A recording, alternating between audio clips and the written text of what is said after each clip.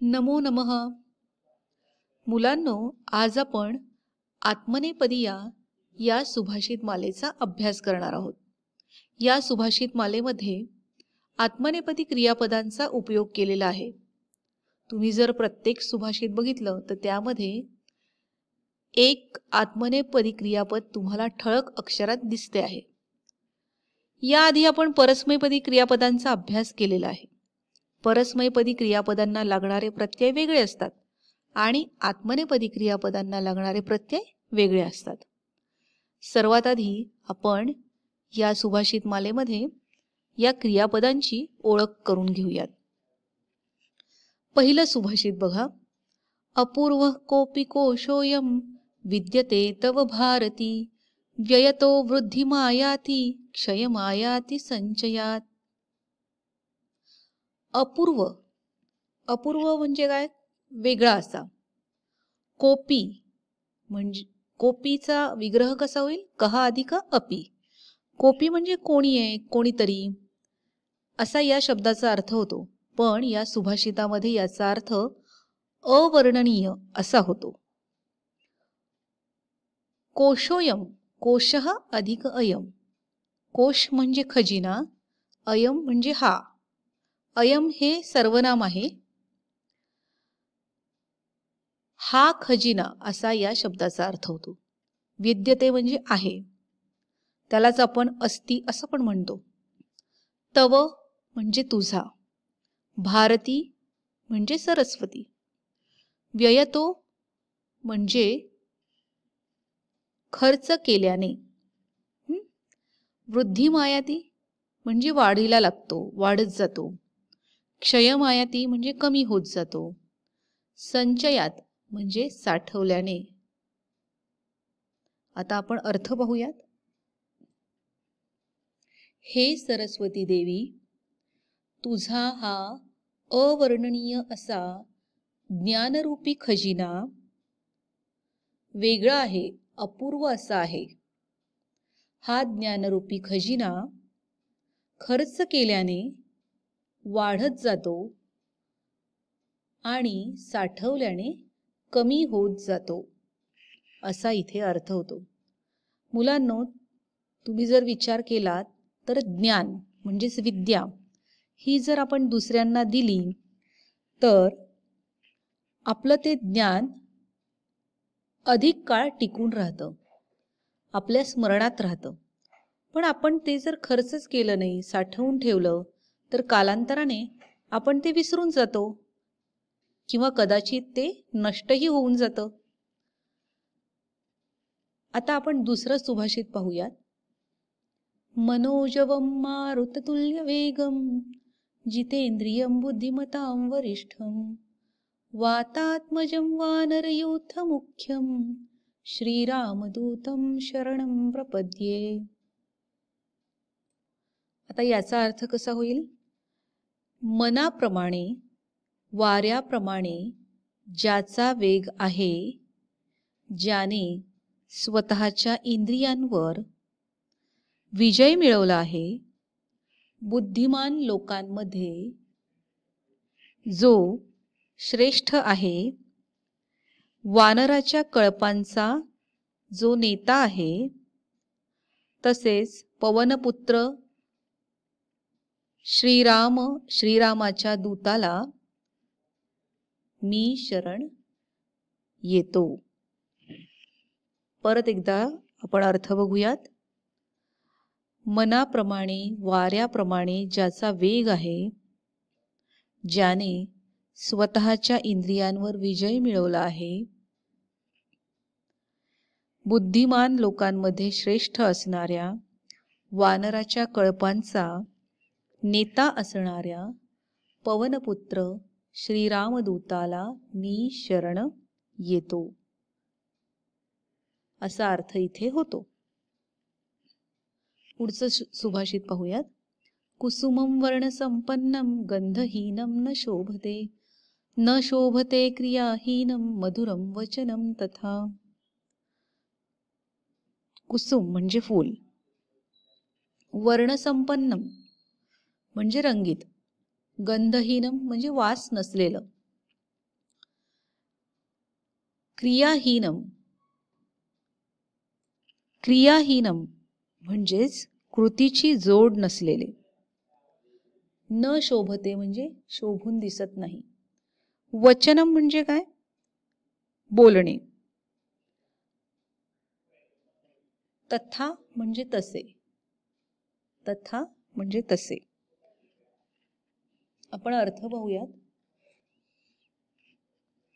ज्याप्रमाणे चांगल्या रंगाचे पण ज्याला सुगंध नाही असे फूल शोभून दिसत नाही, त्याप्रमाणे जो कृती करत नाही त्याला गोड बोलणे शोभत नाही. पुढचं सुभाषित वाचूयात. शतेषु जायते शूरः सहस्रेषु च पंडितः वक्ता दशसहस्रेषु दाता भवति वानवा.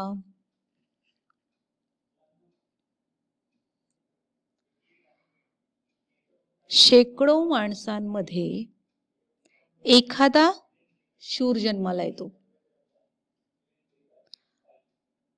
आणि हजारोंमध्ये एखादाच पंडित असतो. 10,000 एखादा वक्ता तयार होतो. 10,000 एखादा वक्ता तयार होतो. पण दाता म्हणजे देणारा असतो किंवा नसतो, म्हणजे दाता मिळणं कठीण आहे.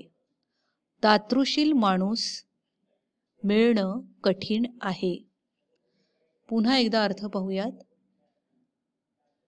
शेकडो माणसात एखादा शूर जन्मतो, हजारोंमध्ये एखादा पंडित असतो, 10,000 एखादा वक्ता तयार होतो. पण दाता म्हणजे दातृत्वशील माणूस असतो अथवा नसतो, म्हणजे दातृत्वशील माणूस दाता मिळणे अतिशय कठीण. पुढचं सुभाषित वाचूयात. लोभाविष्टो नरो वित्तम वीक्षते न तु संकटम दुग्धम पश्यति मार्जारो न तथा लगुडाहतीम. लोभी माणसाला धन दिसते, परंतु त्या धनाबरोबर येणारं संकट दिसत नाही.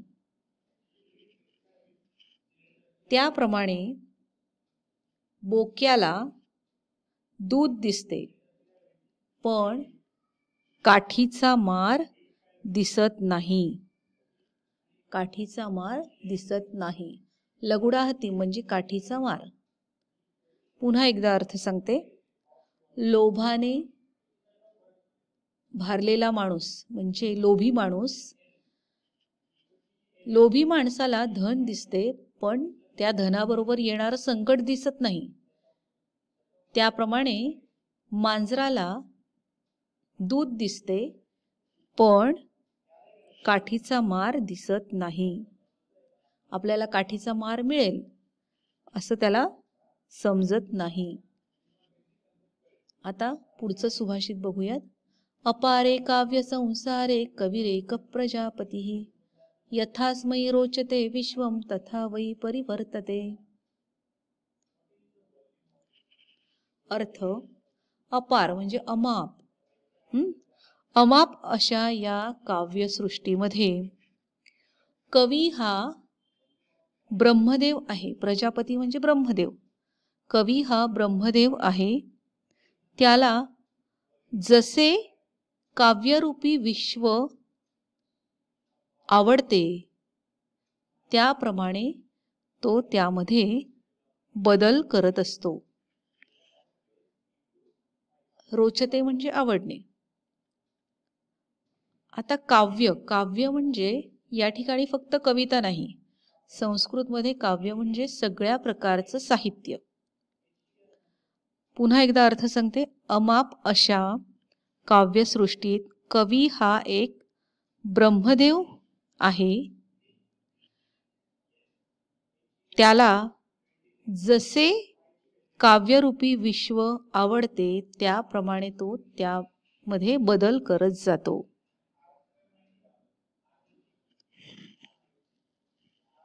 आता पुढचं सुभाषित पाहूयात. वनस्पतेर पक्वानि फलानि प्रचिनोति यः विन्दतेन रसं तेभ्यो बीजं चापि विनश्यति. अर्थ बघूयात. जो झाडांची कच्ची फळे गोळा करतो, प्रचिनोती म्हणजे गोळा करणे, जो झाडांची कच्ची फळे गोळा करतो त्याला त्याच्यापासून रस तर मिळत नाहीच, पण त्या झाडांचे बी सुद्धा नष्ट होते. त्या झाडाचे बी सुद्धा नष्ट होते. पुन्हा एकदा अर्थ सांगते आहे. जो झाडांची कच्ची फळे गोळा करतो त्याला त्याच्यापासून रस तर मिळत नाहीच, पण त्या झाडांचे बी सुद्धा नष्ट होते. आता 8वा श्लोक बघूयात. न देवो वर्तते काष्ठे न पाषाणे न मृण्मये भावे हि विद्यते देवः तस्मात् भावो हि कारणम. म्हणजेच देव लाकडात, दगडात, मातीच्या मूर्तीत नसतो. देव मनातील भावांमध्ये असतो. म्हणून भाव हेच देवाला प्रसन्न करण्याचे साधन आहे. पुन्हा एकदा अर्थ सांगते आहे. देव लाकडात नसतो, दगडामध्ये नसतो, मातीच्या मूर्तीतही नसतो. देव मनातील भावामध्ये असतो. म्हणून भाव हेच देवाला प्रसन्न करण्याचे साधन आहे, असा अर्थ इथे होतो. मुलांनो, आता तुम्हाला काय करायचं आहे, ही सुभाषित मला पाठ करायची आहे.